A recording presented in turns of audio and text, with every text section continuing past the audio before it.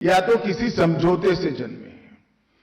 पूरी दुनिया में एकमात्र देश भारत ऐसा देश है जो जियो कल्चर देश है, जिसकी बाउंड्री संस्कृति से निर्माण हुई। कश्मीर से लेकर कन्याकुमारी, गांधार से लेकर उड़ीसा तक और बंगाल से लेकर गुजरात तक, पूरे देश में कहीं पर भी आप घूम लीजिए, हम संस्कृति से जुड़े हुए देश हैं। इस देश की व्याख्या वो नहीं कर सकते जिनके मन में देश की कल्पना जियो पॉलिटिकल है, भू राजनीतिक है। इस देश को वही समझ सकते हैं जिनके मन में भू सांस्कृतिक देश की कल्पना सिद्ध हुई है या तो उसकी जानकारी है। भारत को समझने का प्रयास तभी सच्चा हो सकता है जब हमने जियो कल्चर कंट्रीज की डेफिनेशन में जाना पड़ेगा। संस्कृति भी देश बनाती है।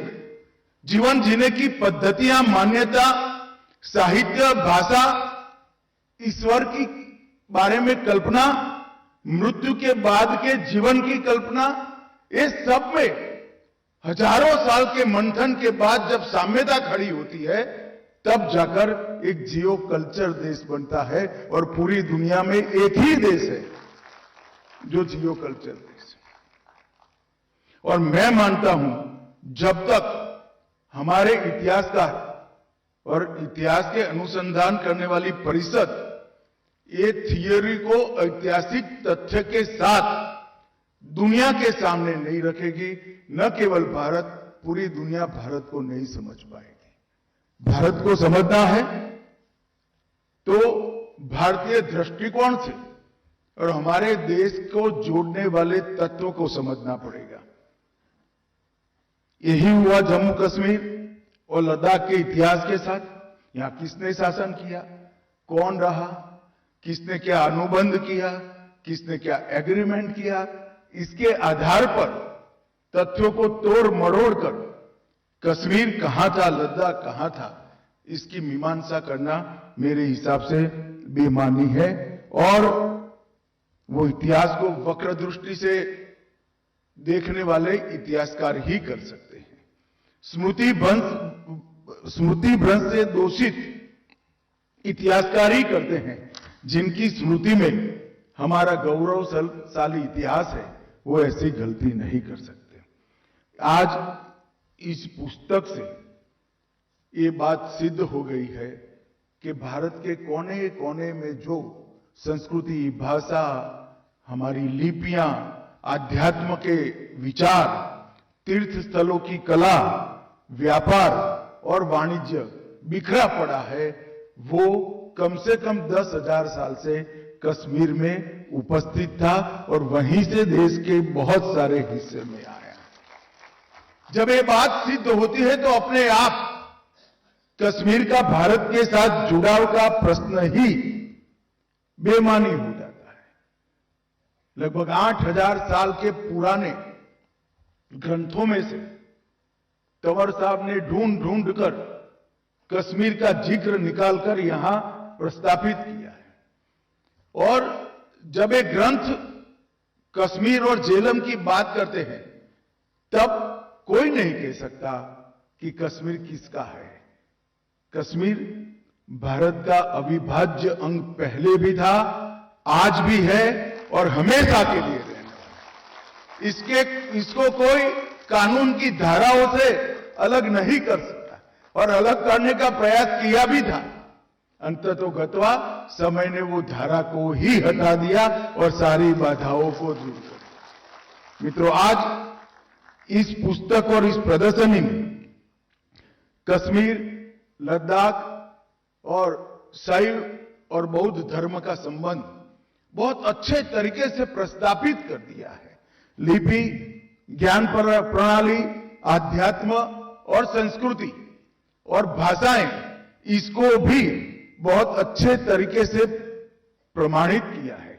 मंदिरों के खंडहर में पड़ी हमारी कला, प्रतिभाओं का चित्रांकन, इसने प्रस्तापित कर दिया है कि कश्मीर भारत का ही हिस्सा है। एक प्रकार से बौद्ध धर्म की पूरी यात्रा नेपाल से काशी होकर मगध तक, बिहार तक, और मगध से कश्मीर होकर गांधार तक, अफगानिस्तान तक की पूरी यात्रा इस पुस्तक की अंदर जिन चीजों का रेफरेंस है उसको देखोगे तो आपको मालूम पड़ जाएगा कि पूरी यात्रा का हमारा कश्मीर अविभाज्य अंग है। सिंधु सरस्वती सभ्यता, मगध से गांधार तक, मैंने पहले कहा, ऐसे बौद्ध धर्म की यात्रा, बौद्ध धर्म के अंदर भगवान बुद्ध के बाद परिष्कृत किए गए सिद्धांतों का जन्मस्थान भी कश्मीरी था। चौथी जो परिषद हुई और ये चौथी परिषद में जो सिद्धांत प्रस्तापित किए गए, जो आज के विद्यमान बौद्ध धर्म के सिद्धांत है, वो भी उसकी जनक भूमि कश्मीरी थी। द्रास, लद्दाख की मूर्तिकला, स्तूपों की चर्चा और चित्र, विभिन्न मंदिरों के आक्रांताओं के द्वारा तोड़े गए मंदिरों के खंडहरों के चित्र और संस्कृत का जम्मू कश्मीर में उपयोग का रात तरंगिणी में वर्णन, महाराजा रणजीत सिंह का पराक्रम, डोगरा वंश का समावेशी शासन और सन 47 के बाद हुई गलतियां और वो गलतियों के सुधार तक का पूरा कश्मीर का 8000 साल का इतिहास इतने छोटे से पुस्तक में एक पात्र के अंदर पूरी गंगा जैसे कोई समाहित कर दे, इस प्रकार से समाहित करने का एक बहुत बड़ा पुरुषार्थ हुआ है। मित्रों, इतिहास बहुत व्यापक भी होता है और बहुत कटु भी होता है।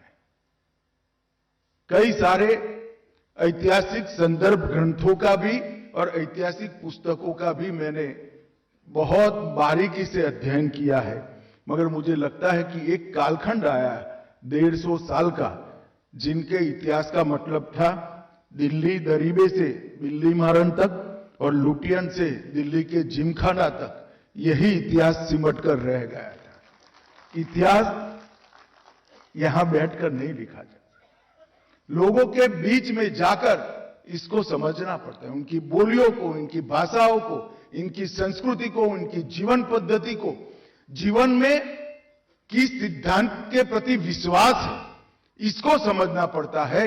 तब ऐतिहासिक सत्य समुद्र मंथन की तरह बाहर आता है। को तो स्वीकारेंगे ही, मगर हमारा चीर पुरातन जो गौरव है उसको भी प्राप्त करेंगे। इतिहास के वो अमर पन्नों को फिर से एक बार सृजित कर कर जमीन पर उतारने का काम भी कश्मीर की जनता करेगी, इसका मुझे पूरा विश्वास है। आज मैं इतना ही कहना चाहता हूं कि श्यामा प्रसाद मुखर्जी ने, जिन्होंने सबसे पहले एक देश में 2 विधान 2 प्रधान 2 निशान नहीं होंगे कर कर अपना बलिदान दिया था, श्यामा प्रसाद मुखर्जी का एक वाक्य है, जम्मू और कश्मीर केवल भारत का अंग नहीं है, ये भारत की आत्मा का अभिन्न हिस्सा है।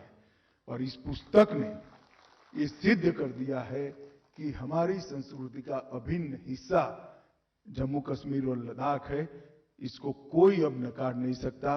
मैं फिर से एक बार पुस्तक के लिए काम करने वाली पूरी टीम का और विशेषकर रघुवेंद्र तंवर जी का बहुत बहुत आभार और धन्यवाद करना चाहता हूं कि इन्होंने बहुत मेहनत के साथ 8000 साल के इतिहास को खंगाल कर 100-150 पेज के अंदर समाहित करने का काम किया है। ये बड़ा भगीरथ काम था, सफलता से आपने किया है। बहुत बहुत साधुवाद, धन्यवाद, वंदे मातरम।